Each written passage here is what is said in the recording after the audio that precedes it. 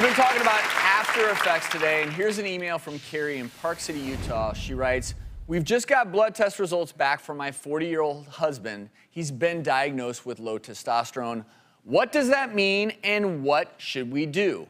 Well, we caught up with our favorite endocrinologist, Dr. Katja Van Hurley, to get an answer for Carrie. Carrie, a low libido in a 40-year-old man is unusual, but we have plenty of patients who do have that in the long run. The four major symptoms of low testosterone in a male are mood changes, loss of body mass, low libido, and loss of height.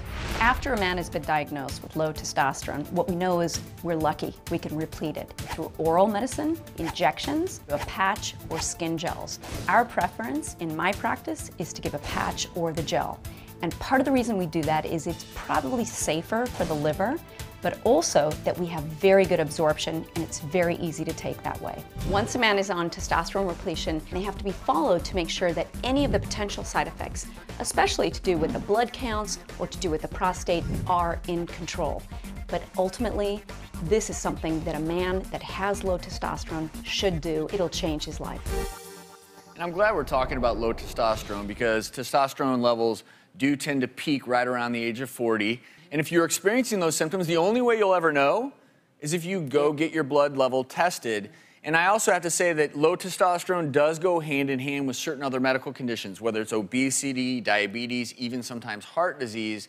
And whether it's cause-effect, no one really knows. But certainly for some men, it can be life-changing if you're diagnosed with low testosterone to get the supplements that Dr. Van Hurley was talking about. Because just like with women going through menopause, it's somewhat different, but in men, they may need some testosterone replacement to change literally everything in their life, including their sex life. Right, because women go through menopause, just as you said, and that low testosterone, they're starting to call that andropause for men. And really what happens is a lot of times it can actually affect the bone, just like estrogen affects the bone in osteoporosis for women. Men are actually at risk for osteoporosis as well. You know what I did this morning? I took a daily dose of testosterone. I'm feeling pretty manly. You have to be careful, though, because they're still studying the long-term effects, sort of like they studied in the WHI studies with estrogen and hormone replacement with women. You have to look at huge studies to find out what the long-term effects are. And the reason I played that game right there is most men will think, well, the more the merrier, regardless of what my testosterone levels are. I want more of it. No. That can be dangerous. So if you have normal testosterone, you do not want to supplement. That's why you should work with an endocrinologist to make sure you're within the box in terms of your testosterone levels.